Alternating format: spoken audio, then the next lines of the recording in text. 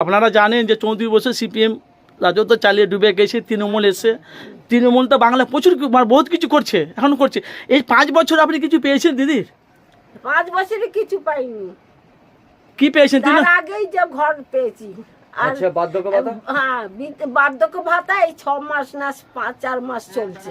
এতদিন দেয়নি আমাকে, প্রতিবন্ধী দেয়নি, কিচ্ছু দেয়নি। আচ্ছা, এই ঝগড়া ঝাঁটি করে এইবারে পেয়েছি। কি পেয়েছেন?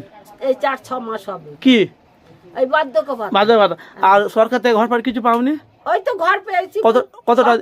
70,000 টাকা দিয়েছে। হ্যাঁ। কে তৃণমূল দিয়েছে না সিপিএম জামানে দিয়েছে টাকাটা? তা জানি না, ইন্দিরা যোজনা। কতদিন আগে? অনেক দিন আগে। দিদির আসার আগে না দিদি আসার পরে? দিদি আসার আগে বোধহয়। দিদির আসার আগে তো অনেক দিন হলো। দিদি থাকতে ও তাহলে তৃণমূলই তোমাকে উন্নয়ন করেছে তাহলে? তো সেটা বলো তো, দিদির উন্নয়ন করেছে তা বলতে হবে তো। আমার মনে নেই। আচ্ছা, যাই হোক, যেহেতু ও জানি, ও বলবে। আচ্ছা, আপনাদের বাড়ি সব লক্ষ্মী ভান্ডার, বেকার ভাতা, স্বাস্থ্য এইসব পায়? সব কিছু সব পায়? কেউ আর পায় না। আর শুধু আমাকে এই 4-6 মাস দিচ্ছে। আপনার 7 মাস হবে বোধহয়। আপনার বৌমা আছে? আপনার বৌমা আছে? বৌমা ছেলের বউ আছে আপনার? হ্যাঁ। লক্ষ্মী ভান্ডার পায় না, ওই তো ছেলের বউরা। লক্ষ্মীর ভান্ডার পায়, বলো পায়। তুমি কি পাও? লক্ষ্মীর ভান্ডার ও পায়, বর্দি ভাই পায়, আমিও পাই। সবে পায়?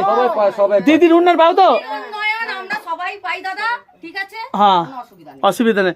তাহলে ভোটটা দিলে দিদি কি হবে নাকি? হ্যাঁ। হ্যাঁ, ভোটটা দিলে দিদি কি দেবে তো তৃণমূলকে? দিদিকেই দিতে হবে।